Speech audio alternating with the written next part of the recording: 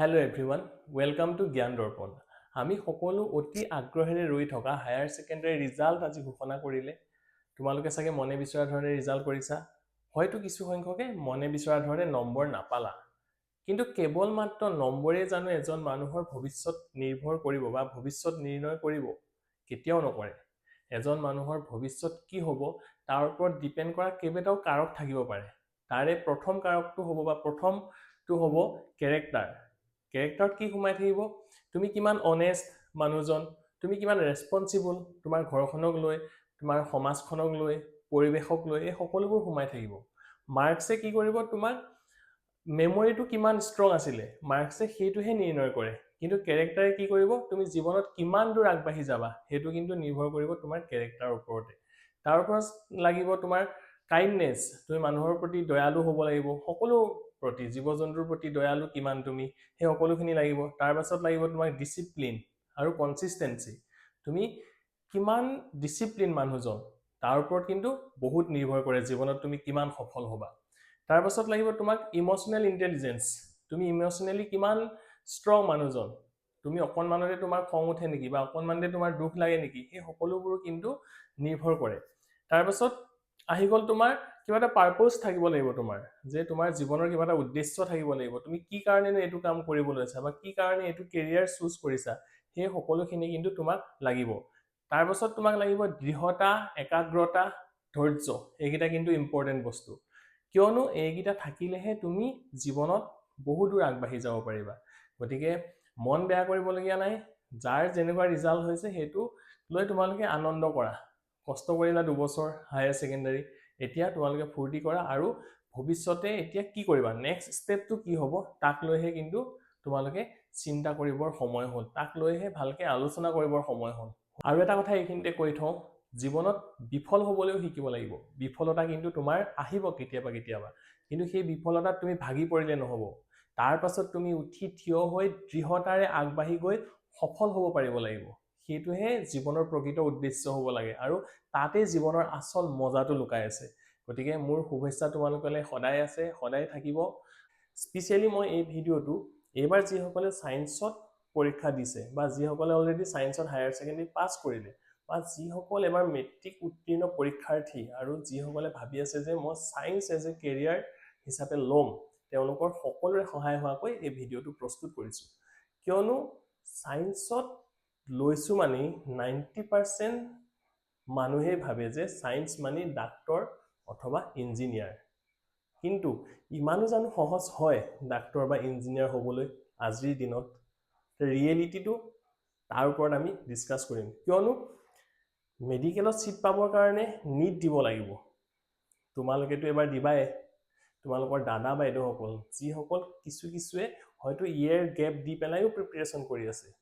Competition কিন্তু tough হ'ব, মই ভয় খুৱাবৰ কাৰণে তোমালোকক কোৱা নাই, সেইটো হৈছে ৰিয়েলিটি। বা যিসকলে এবাৰ JEE দিছে, JEE এডভান্স দিব, আগতেও দিছে, IIT NITত ছিট পাবৰ কাৰণে হয়তো কিছু সংখ্যকে পোৱা নাই একেবাৰতে, হয়নে? গতিকে তোমালোকে কেনেকৈ নিজকে আগবঢ়াই নিবা, তোমালোকেতো প্ৰেছাৰ হেণ্ডেল কৰিব পাৰিব লাগিব। তোমালোকৰ কিন্তু এতিয়া প্ৰেছাৰ হেণ্ডেল কৰিব পৰা কেপাচিটিটো থাকিব লাগিব। কিন্তু অকল জীৱনত এতিয়া অকল সফল হ'ম বুলি ভাবিলেই নহয়, বিফলো হ'বা মাজে মাজে, কিন্তু সেই বিফলতাৰ মাজেৰে নিজকে কেনেকৈ ষ্ট্ৰংকৈ ৰাখি সঠিক পথত আগবাঢ়ি যাব পৰা তাৰ ওপৰতে দুই এটা কথা পাতিম বুলি ভাবিছোঁ। আমি আৰম্ভ কৰোঁ। যিসকল ষ্টুডেণ্টে এবাৰ হায়াৰ ছেকেণ্ডাৰী ছায়েন্সত পাছ কৰিব, তেওঁলোকৰ ক্ষেত্ৰত এটা বিশেষ সমস্যা দেখা যায়। এইটো বিশেষকৈ অকল ছায়েন্সৰ ষ্টুডেণ্টৰ ক্ষেত্ৰত বেছিকৈ দেখা যায় যে ইয়েৰ লষ্ট, মানে কাৰোবাৰ এবছৰ কাৰোবাৰ 2 বছৰ লষ্ট হয়। কেতিয়া? যদি সেই ষ্টুডেণ্টৰ পাৰ্টিকুলাৰ ষ্টুডেণ্টটোৰ মন আছিলে মেডিকেল বা ইঞ্জিনিয়াৰিঙত, নীট বা JEE যদি ক্লিয়াৰ কৰিব নোৱাৰে, তেতিয়া কি হয়, প্ৰথম এটেম্পটত যদি ক্লিয়াৰ কৰিব নোৱাৰে তেতিয়া ভাবে মই এটা এবছৰ গেপ দি লওঁ, মই এটা ইনষ্টিটিউটত কোচিং লৈ লওঁ, মই কোনো ডিগ্ৰী এবাৰ নপঢ়োঁ, কোনো ছাবজেক্টত মই মেজৰ লৈ নপঢ়োঁ, মই এবাৰ অকল প্ৰিপেৰেশ্যন কৰিম। তেনেকুৱা ধৰণৰ সমস্যাও হয় আৰু হোৱাটোও স্বাভাৱিক যে প্ৰথম এটেম্পটতে তুমি মেডিকেলত বা ইঞ্জিনিয়াৰিঙত ভাল এখন IITত ছিট নাপাবও পাৰা,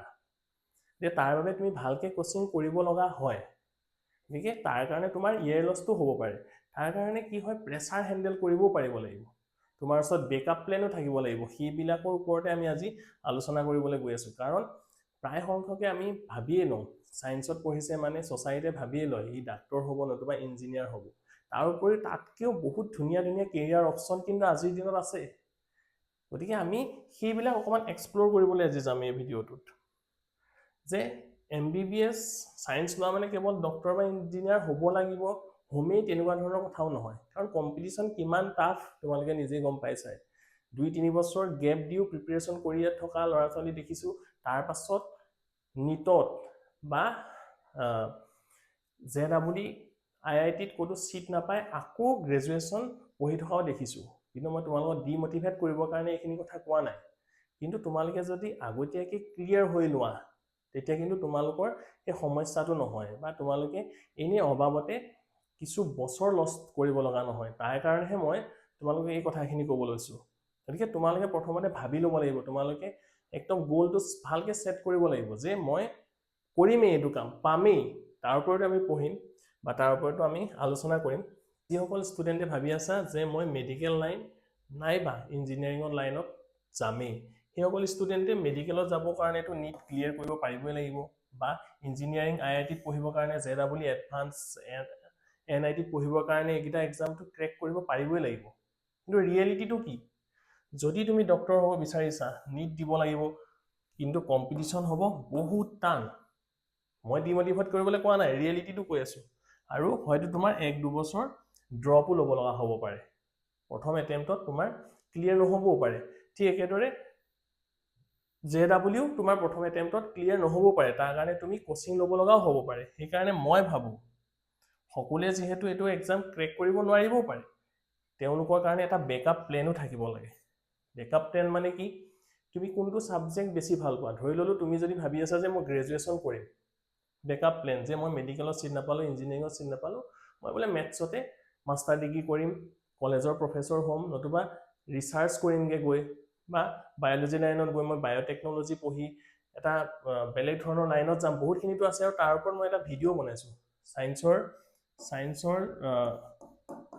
সায়েন্সৰ তোমাৰ কেৰিয়াৰ পাথ এটা ভিডিঅ' বনাইছো প্লেলিষ্টত আছে এবাৰ চাইও ল'ব পাৰিবা গতিকে তোমালোকে এটা বেকআপ প্লেনো কিন্তু তোমালোকে ৰখাটো উচিত এতিয়া ইয়াৰ লষ্টৰ ওপৰত যদি আমি পাতো তাৰ কাৰণে স্মাৰ্ট ড্ৰপ আৰু ৱেষ্ট ড্ৰপ দুটা কথা আছে যি কিছু সংখ্যকে কি কৰে স্মাৰ্টলি এটা ইয়াৰ লছ কৰে য'ত সেই ষ্টুডেন্টটো একদম পুৰা ফোকাস হৈ থাকে যে তাৰ কেৰিয়াৰ মই ডাক্তৰ হ'মেই গতিকে সি এনেকুৱা স্মাৰ্টলি হি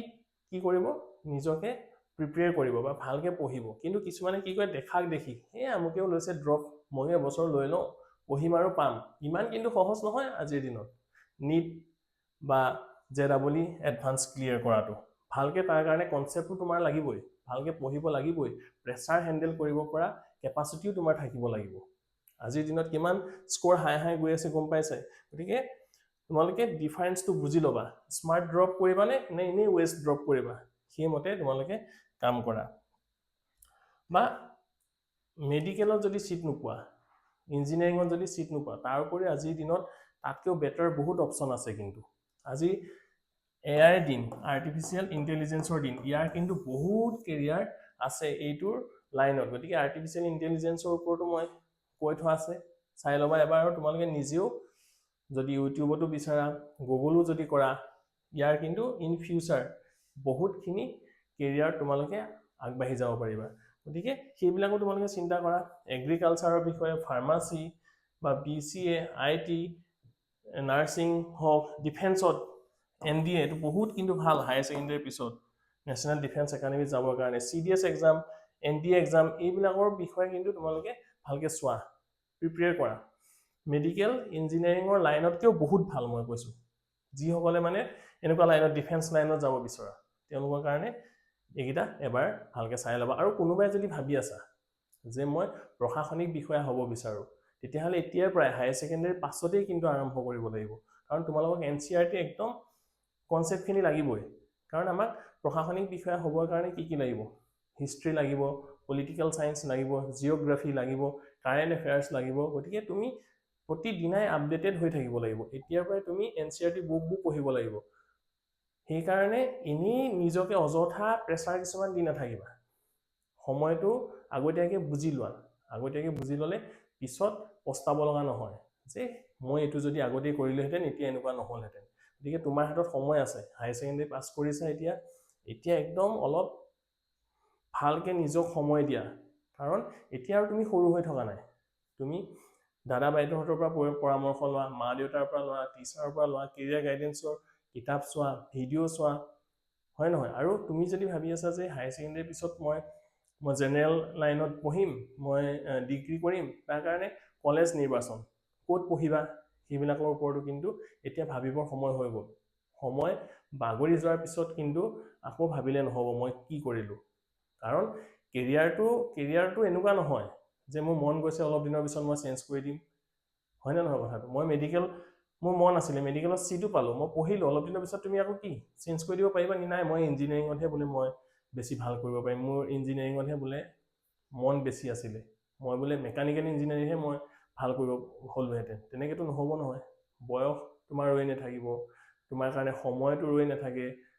একোৱে ৰৈ নাথাকে অপৰচুনিটিবিলাক লাহে লাহে হেৰাই যাব সেইকাৰণে সঠিক ডিচিশ্যনটো এতিয়া লোৱা আৰু যিবিলাক কমন মিষ্টেক যে আনৰ চাপত কেৰিয়াৰ বাছনি সেইবিলাক নকৰিবা নিজৰ ইণ্টাৰেষ্টটো ইগন'ৰ নকৰিবা আৰু বেকআপ প্লেন এটা থাকিবই লাগিব বেকআপ প্লেন এটা ৰাখা আৰু ছ'চিয়েল মিডিয়া ইনফ্লুৱেঞ্চত ভুল সিদ্ধান্ত লোৱা আজিকালি ছ'চিয়েল মিডিয়াৰ যুগ দেখি থাকিবা কাৰোবাৰ মানে কেৰিয়াৰ ই দেখোন এইটো কৰিয়ে বহুতখিনি কৰি আছে তেনেকৈ নহয় তেনেকৈ কিন্তু নহ'ব অলপ দিনৰ আগত মই সৰু কথা এটাই কওঁ অলপ দিনৰ আগত অসমৰ চুকে কোণে কি হৈ আছিলে বাৰু অসমৰ চুকে কোণে স্পাইৰেল পটেটো সেই মানস মনিষাই কিন্তু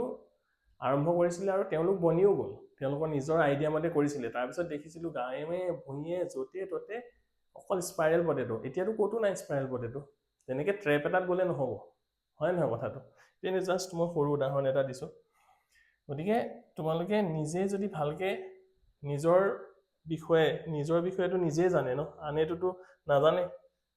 নিজে নিজক যিমানখিনি জানে আনে জানিব জানো কেতিয়াও নাজানে গতিকে নিজৰ লগতে ভালকৈ টাইম অতিবাহিত কৰা নিজে নিজক সোধা কি কৰিব লাগিব কি কৰি মই ভাল পাম ভৱিষ্যতে কি কৰিলে মই সুখত থাকিব পাৰিম সুখী হ'ব পাৰিম হয় নহয় গতিকে সময় থাকোঁতে এটা সঠিক সিদ্ধান্ত লোৱা তোমালোকে মোৰ শুভেচ্ছা আছে খালি আনৰ প্ৰেছাৰত একো নকৰিবা ঠিক আছে thank you and all the best for your future